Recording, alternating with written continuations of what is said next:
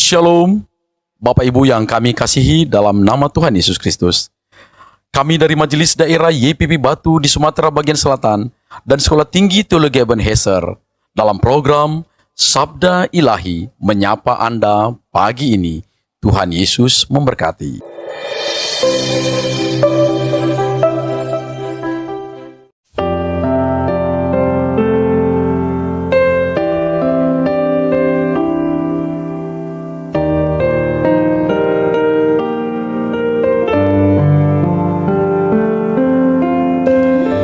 Musim akan selalu berganti, kasih Tuhan tetap abadi, tak akan berubah sampai selamanya. Ku tetap percaya, ku yakin Tuhan memberkati, ku yakin Tuhan melindungi. Burung di udara Tuhan pelihara karena kasih-Nya. Salam, selamat pagi sahabat Sabda Ilahi. Kembali lagi bersama kami di MD YPPI Batu Sumbaksel. Di pagi ini yang penuh dengan embun kasih karunia ini, kita akan merenungkan kebenaran firman Tuhan yang terdapat dalam kitab Efesus pasal yang pertama di ayat yang ketiga. Kita akan merenungkan firman Tuhan di bawah satu tema, yaitu diberkati di dalam Kristus. Firman Tuhan pada pagi hari ini mengatakan, terpujilah Allah dan Bapa Tuhan kita Yesus Kristus, yang di dalam Kristus telah mengaruniakan kepada kita segala berkat rohani di dalam surga. Sahabat Sabda Ilahi, ayat ini adalah pintu pembuka bagi simfoni pujian Paulus tentang karya keselamatan, dan eksposisinya kita melihat bahwa berkat yang dimaksud bukanlah berkat yang sekadar tampak secara lahiriah, melainkan berkat rohani yang berasal dari hati Allah sendiri dan dinyatakan secara sempurna melalui Kristus.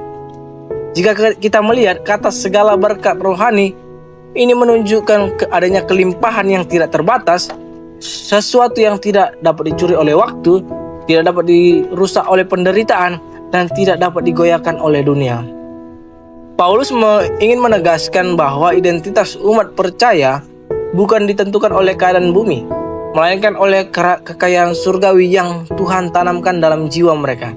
Berkat ini mencakup kepada adanya pemilihan, penebusan, pengampunan, pengudusan, dan pengharapan hidup kekal. Semua diberikan bukan karena kita layak, tetapi karena kasih karunia-Nya yang begitu melimpah. Sahabat Sabda Ilahi, klimaks dari firman Tuhan kita pada pagi hari ini mau mengajarkan satu makna rohani, yaitu hidup yang diberkati bukanlah hidup yang selalu mudah, melainkan hidup yang selalu dipenuhi Tuhan.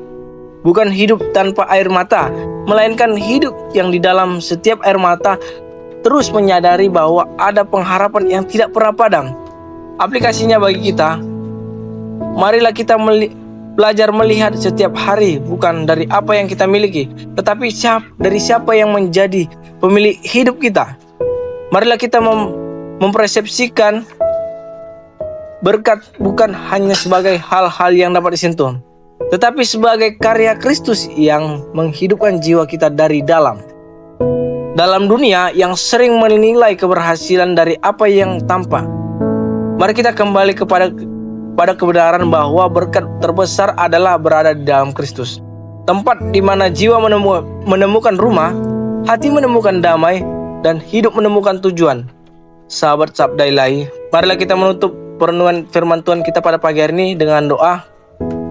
Tuhan, kami bersyukur Engkau telah mengaruniakan kepada kami segala berkat rohani di dalam Kristus.